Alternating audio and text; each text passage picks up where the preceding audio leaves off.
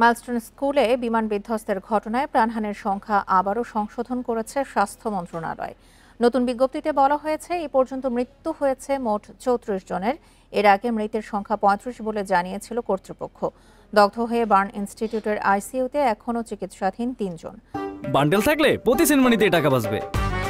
বিকাশ send money bundle কিনে জিতুন প্রতি লেনদেনে।